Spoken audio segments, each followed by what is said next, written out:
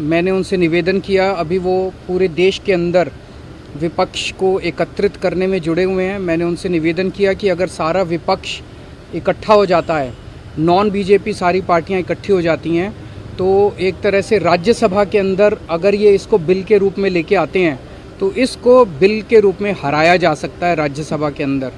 और अगर राज्यसभा के अंदर ये बिल हार गया तो ये एक तरह से 2024 का सेमीफाइनल होगा। फिर एक मैसेज चला जाएगा पूरे देश के अंदर। ये बिल अगर हार जाता है तो मैसेज पूरे देश में जाएगा कि 2024 के अंदर बीजेपी की सरकार जा रही है।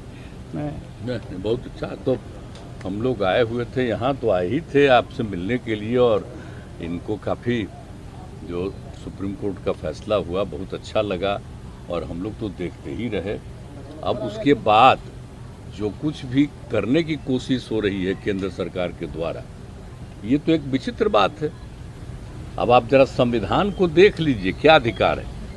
जब गवर्नमेंट बनाई जाती है, इलेक्टेड सरकार बनती है, तो उनको जो अधिकार दिया गया है उसको कैसे आप हटा सकते हैं?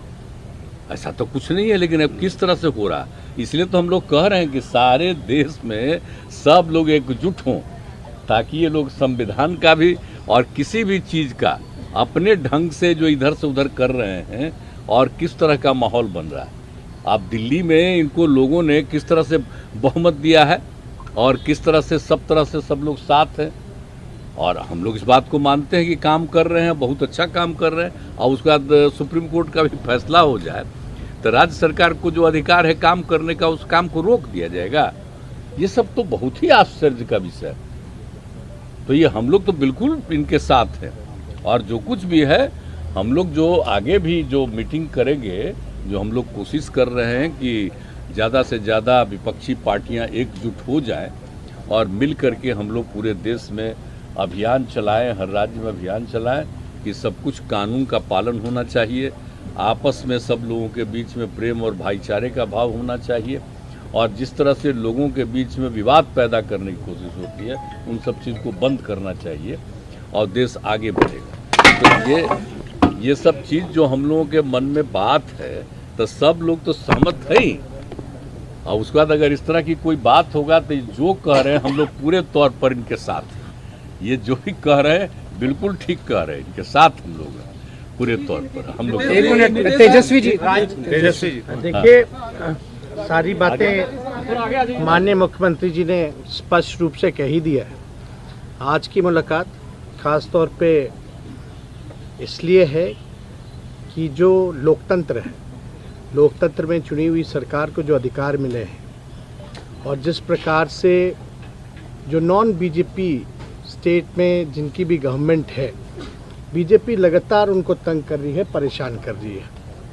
तो जो परेशानी अरविंद केजरीवाल जी झेल रहे हैं, हम यहाँ पूरी तरीके से इनको समर्थन देने आए हैं कि इनके साथ अन्याय कर रही है केंद्र की सरकार। और जब सुप्रीम कोर्ट का जब जजमेंट आ गया तो सारी चीज़ें स्पष्ट हो गई, तो कुछ कहने वाली कोई बात ही नहीं है। लेकिन जिस प्रकार से इनको तंग किया जा रहा है, या और दूसरे राज्यों में जिस प्रकार से केंद्र भेदभाव कर रही है उन राज्यों के साथ, तो ये कहीं से भी न्यायपूर्ण नहीं है। लोकतंत्र पर ये साफ दिखाता कि खतरा है। ये लोग संविधान को बदलना चाहते हैं, जो हर केस हम लोग मिल करके होने नहीं देंगे। और मान लीजिए अगर दिल्ली में बीजेपी की सरकार रहती तो क्या एलजी की हिम्मत होती इस प्रकार का काम करने की? तो एक बात से पूरी तरीके से हम लोग विश्वास के साथ कह सकते हैं, जितना भी अरविंद केजरीवाल जी को सताएंगे, तंग करेंगे, ये उतने ही मजबूत होंगे। और मैं पूर्ण विश्वास के साथ कह सकता हूँ कि बीजेपी कभी भी दिल्ली में वापसी नहीं करेगी। तो हम लोग सब लोग इनके समर्थन में हैं, और सब लोग मिल करके हम लोग जो है देश हित के लिए काम करेंगे। क्या गठबंधन को लेकर इसी मुद्दे पे, अध्यादेश वाले मुद्दे पर क्या आप कांग्रेस से भी बात करेंगे? राज्यसभा में कांग्रेस का समर्थन होगा, क्योंकि जेएनसीडी एक्ट पे भी कांग्रेस वॉकआउट कर गई थी। आप लगातार कांग्रेस से बातचीत की है, तो हमारी बातचीत कांग्रेस से